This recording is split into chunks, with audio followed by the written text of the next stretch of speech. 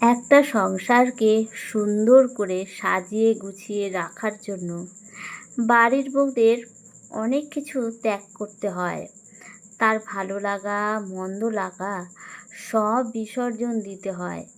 অক্লান্ত পরিশ্রম করে সংসারটাকেও সংসারের মানুষজনকে মুখে একটুখানি হাসি ফোটাতে প্রতিনিয়ত প্রয়াস চালিয়ে যেতে হয় আমাদের মতন এই হাউসওয়াইফদের। হ্যালো এভরিওয়ান, সবাই কেমন আছেন?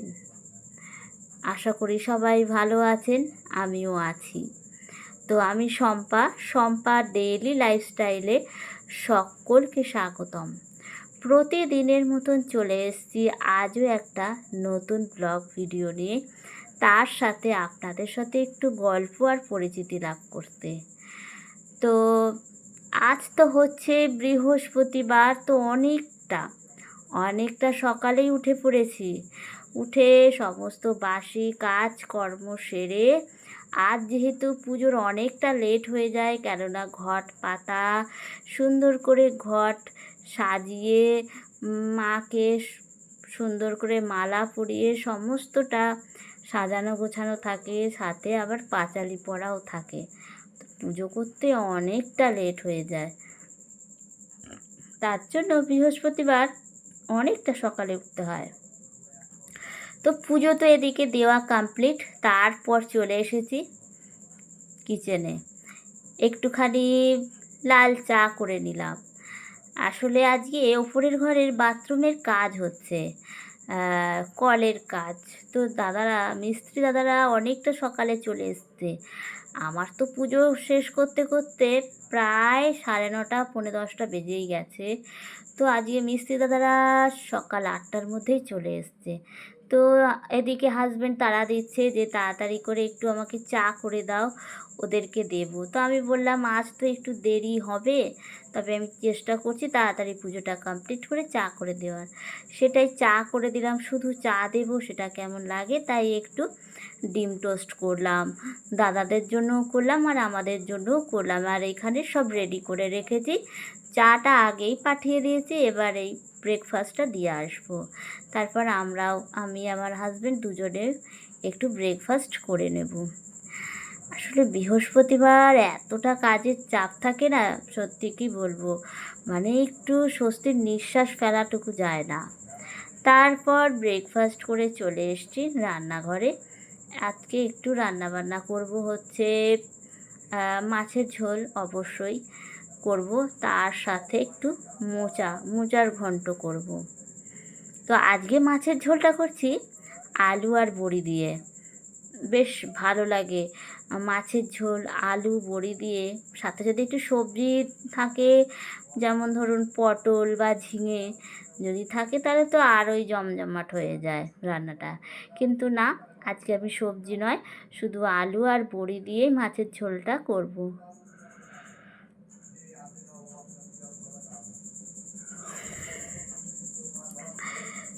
তো এই তো রান্নাবান্না চলছে। রান্নাবান্না তো করতেই হবে, রান্নাবান্নাই তো আমাদের হাউসওয়াইফদের একটা প্রধান কাজ। সকাল থেকে উঠে সংসারের কাজকর্ম সারা, সবকটার মধ্যেই কিন্তু রয়েছে এই খাওয়া দাওয়া। মানে খাওয়া দাওয়ার জন্যই সকাল থেকে হাজবেন্ডরা বাইরে কাজে যায়, দুটো পয়সা দুটো অর্থ উপার্জন করতে। আর আমরাও এই খাওয়া দাওয়ার রান্না বান্নার জন্যই সকাল থেকে উঠে কাজকর্ম সারি, সবটাই এই খাওয়া দাওয়া। আর তাই খাওয়া দাওয়ার জন্য মনের মতন তো রান্নাটা করতেই হবে, যাতে পরিবারের সবাইকার মানে মুখে হাসি ফোটে। তারপর ওই যে বললাম, আজ সকালে হাজবেন্ড বাজারে গিয়ে নিয়ে এসছে মোচা। তো এবার মোচা আনলে মানে তো মাথা গরম হয়ে যায়, কেননা মোচা কাটতে গেলে অনেকটা সময় লেগে যায়। তাই বাজার থেকে কেটে আনলে ভালো, কিন্তু কখনোই ওকে যতই বলে দিই না কেন যে বাজার থেকে কেটে কুটে আনবে, একদমই না। সেই নিয়ে চলে আসবে, এসে বলবে আজকেই করতে। আর তখনই আমার মাথাটা হয়ে যায় গরম।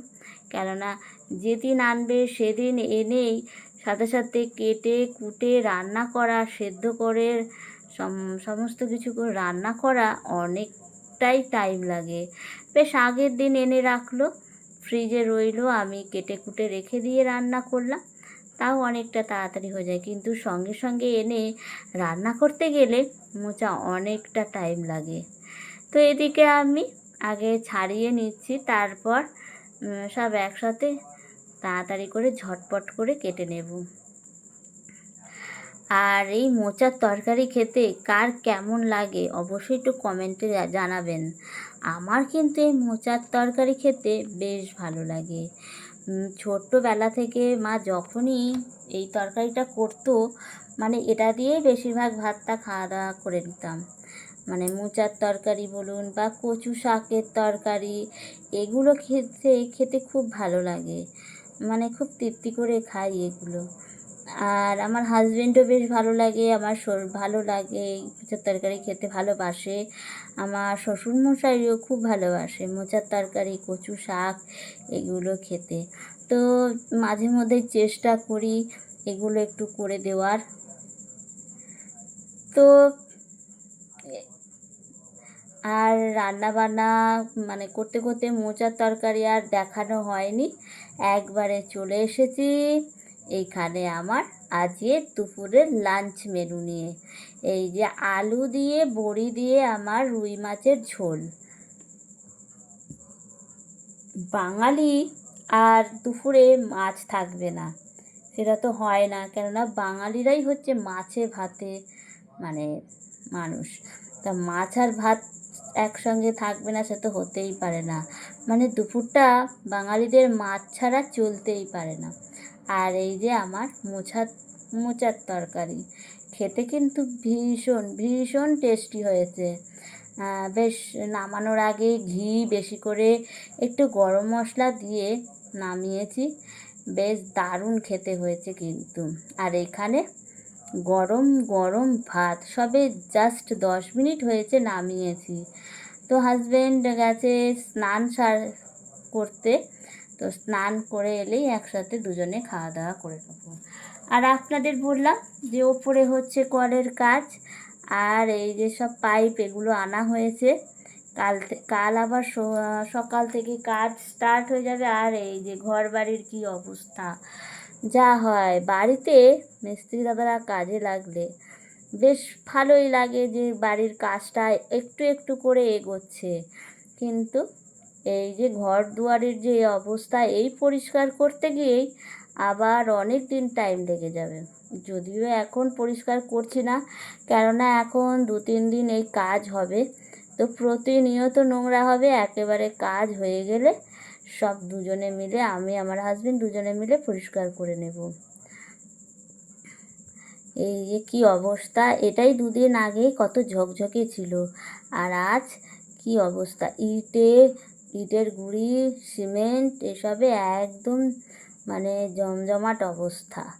তো যাই হোক, নিচে নেমে এসে এবার হাজবেন্ডও স্নান সেরে চলে এসেছে, তো ওকে খাবার দিয়ে দিয়েছি, খাবার দিয়ে সব কিছু গুছিয়ে দিয়েছি। না হলে আবার কি হয়, ভিডিও শ্যুট করতে করতে সব কিছু দিতেই ভুলে যাই।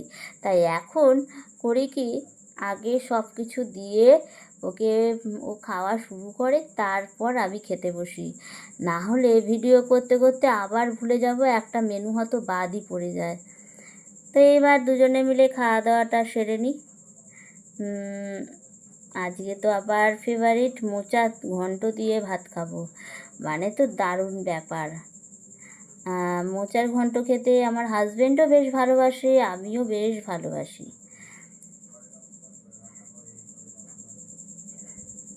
তো আপনাদের আজকে কী কী মেনু হলো অবশ্যই একটু জানাবেন। আর আমার এই ভিডিওটা এই পর্যন্ত যারা যারা দেখছেন তাদেরকে অসংখ্য ধন্যবাদ, এতটা পাশে থাকার জন্য, এতটা ভালোবাসা দেওয়ার জন্য। আর যদি আমার ভিডিও ভালো লাগে তাহলে অবশ্যই একটা লাইক, একটা কমেন্ট করে পাশে থাকবেন, কেননা আপনার একটা কমেন্ট আমি কিন্তু অনেকটাই উৎসাহিত হই, উৎসাহ পাই প্রতিদিন ব্লগ ভিডিও দিতে, প্রতিদিন সুন্দর সুন্দর ভিডিও উপহার দিতে আপনাদেরকে। তাই অবশ্যই একটু লাইক, কমেন্ট আর পারলে একটু সাবস্ক্রাইব করে অবশ্যই পাশে থাকবেন। আমিও সকলকার পাশে আছি, কেননা এখানে কখনোই একা এগোনো যাবে না। সকলকে সাথে নিয়ে, সকলকে ভালোবেসে এই প্ল্যাটফর্মে এগোতে হবে। তো আজকের ভিডিওটা কেমন লাগলো বন্ধুরা অবশ্যই জানাবেন। সবাই ভালো থাকবেন, সুস্থ থাকবেন, সকলকে